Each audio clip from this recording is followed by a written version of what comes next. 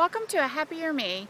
I wanted to bring you out to my garden today. I was doing a lot of research on gluten-free and the alternatives, and I come to find out that one of the two grains that I'm growing in my square foot garden is actually a gluten-free grain. It's a pseudo grain actually.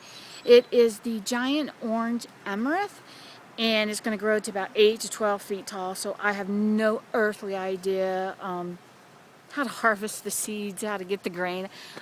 As I said, it's the first time that I'm growing anything, and I am by far not a green thumb, so we'll see how it all goes. I will say that when I first planted them, only 4 of my plants came up. I looked at the package, of course, because I thought something was wrong. I did something wrong. There had to be something, because, you know, gardening's supposed to be easy, and obviously it's not for me. So I looked at the back of the package and saw that the season that it came from had a low germ rate, and it was 1 in 13. So a couple weeks later, I came back out and I replanted like 10 in each little square foot. And at the very end, my package fell and like 50 to whatever seeds came out, and it probably isn't 50 seeds to 100 seeds, but it sure does look like it. But the great thing that I found out about the amaranth is that it has 3 times the calcium as any other grain that we have. It's also high in iron, which is really a win-win for me since I am anemic. It's high in magnesium, potassium, and phosphorus. It is power-packed with protein, which is a great substitution for, say, I don't eat peanut butter because it's inflammatory, and I try to stay away from all inflammatory foods. And so this was a great alternative, also with me not wanting to have a huge amount of meat in my diet. This was a great way to get my protein in. So let me walk around here to get to the garden so I can at least show you what it looks like. And they are right now, they've been growing for about a month, and they are about a foot to 2 feet. They're 2 feet tall. Of course, the ones that I just planted a couple weeks ago are only about this big.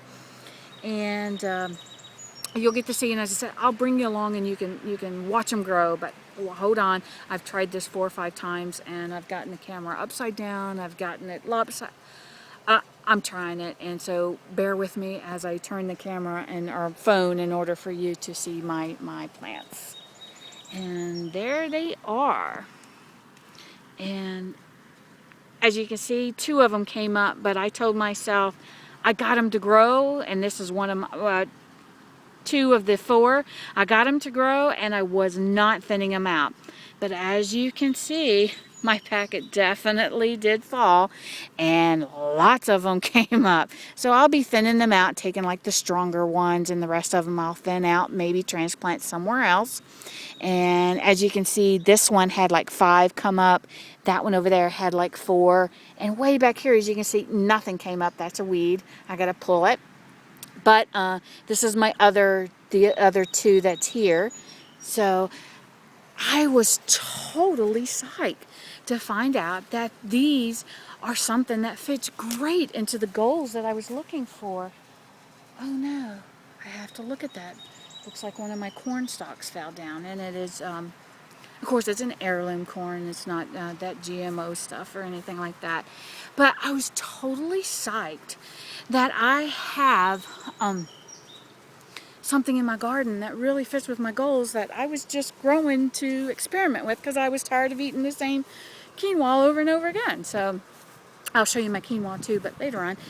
But how exciting is that? And I did want to let you know, as I was reading on to it, that you'll want to cook it with a lot of water. It's made the same way as any other thing.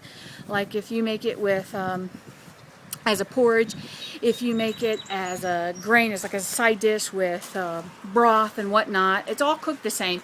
You put the water to boil it, you know, there's the ratio, you cook it 15-20 minutes, and it's good to go, and you're ready to eat it. What you want to remember is that, let me see, I'm outside and I can hear the cars and stuff. But what you want to remember is that more water the better, because what happens is that when it cooks, it gets really what did it say? Like goopy and thick and whatnot. And so don't be surprised if you go to put it on the stove and you take it off simmer and you look at it and it's this big, really thick sauce.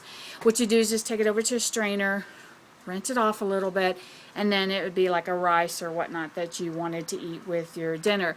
If you want to eat it with porridge and stuff, you just mix it all together, put your cinnamon, put your apples, put whatever you would like in it, and you're good to go.